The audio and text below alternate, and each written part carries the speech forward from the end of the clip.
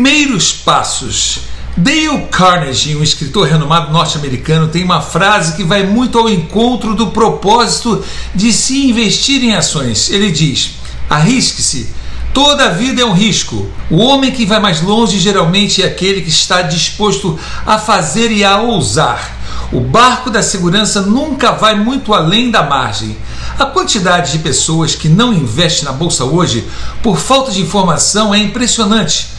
Por falta de orientação correta, preguiça, receio, entre outros fatores, as pessoas deixam de ousar e fazer algo diferente, deixando passar a oportunidade de participar do crescimento da economia brasileira por meio do investimento em ações, preferindo a segurança e a mediocridade dos investimentos bancários com suas rentabilidades insignificantes.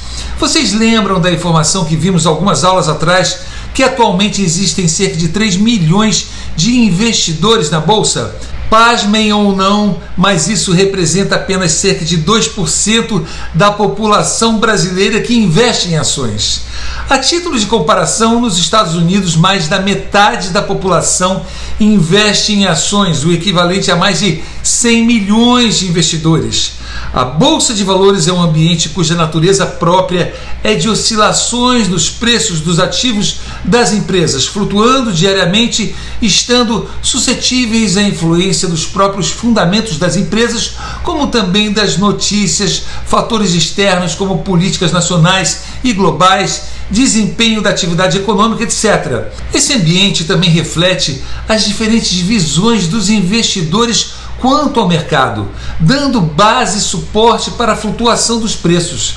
É importante destacar que as flutuações dos preços acabam gerando a vontade de alguns investidores desavisados a especularem no mercado, ou seja, o que deveria ser um investimento de longo prazo em ações de empresas com fundamentos sólidos e perfil financeiro saudável passa a ser uma aventura com o objetivo de oferir ganhos no curto prazo, na tentativa de explorar justamente essas oscilações dos preços.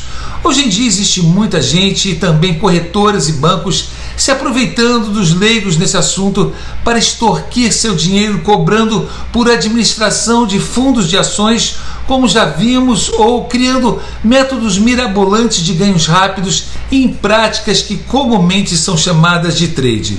É muito comum no ambiente das corretoras de valores elas divulgarem carteiras recomendadas todo mês com diferentes estratégias para estimular o investidor a comprar e vender com frequência.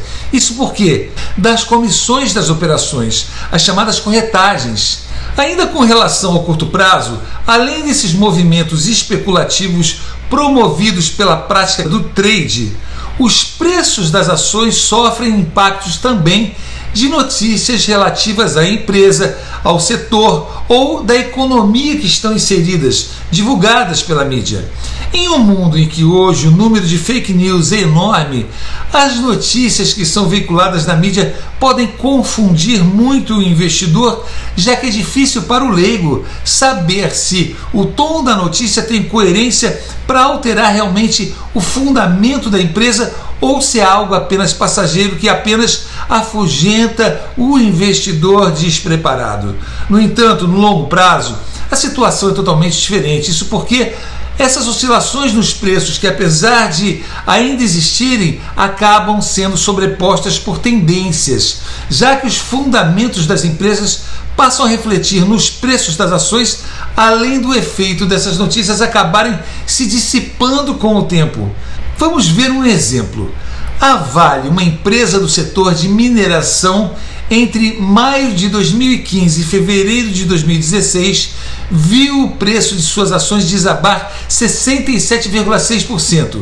Esse forte movimento de queda se deu em decorrência de que os preços do minério de ferro no mercado internacional na época estavam muito baixos, mas também principalmente porque a economia brasileira passava por um momento político conturbado e com forte retração na atividade econômica.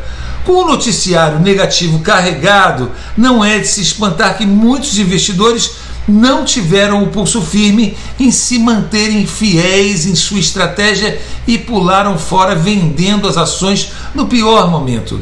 Agora vejam o que esse forte movimento de queda representa no longo prazo da empresa.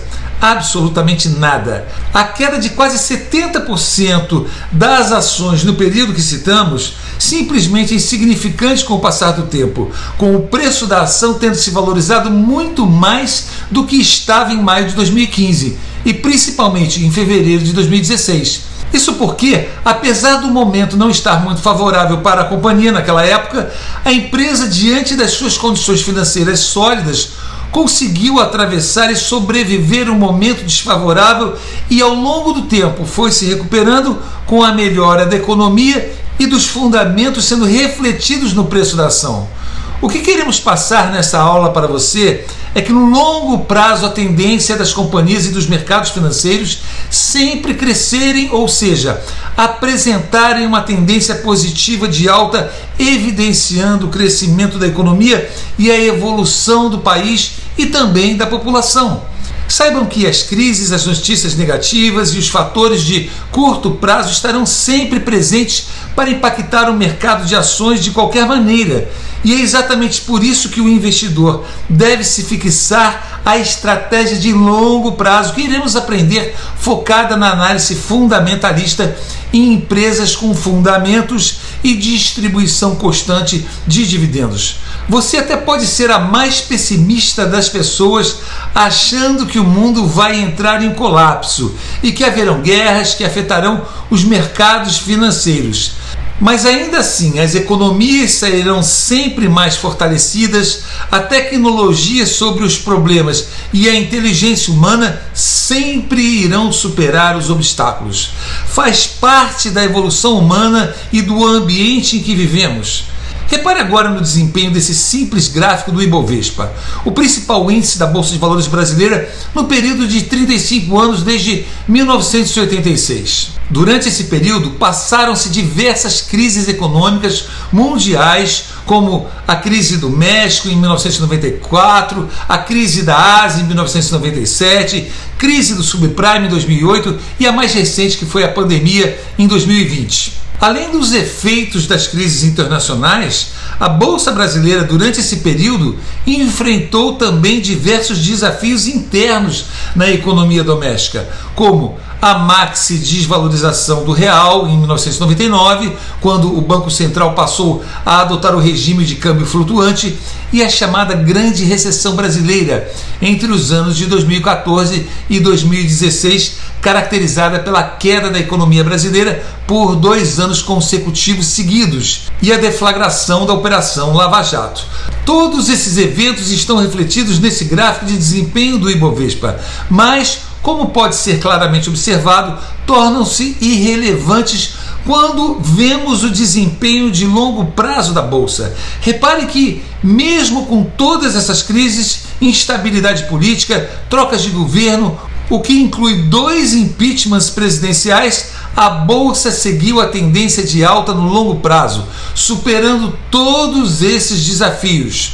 Portanto, lembrem-se de que o investidor não deve se desmotivar ou achar que o investimento em ações não vale a pena quando o cenário se torna mais turbulento no curto prazo ou quando há uma série de notícias não muito favoráveis sendo divulgadas pelas mídias. Para isso, com o objetivo de condicionar a mente do investidor para a direção correta dos investimentos, preparei uma lista com 5 passos para facilitar o investimento na Bolsa.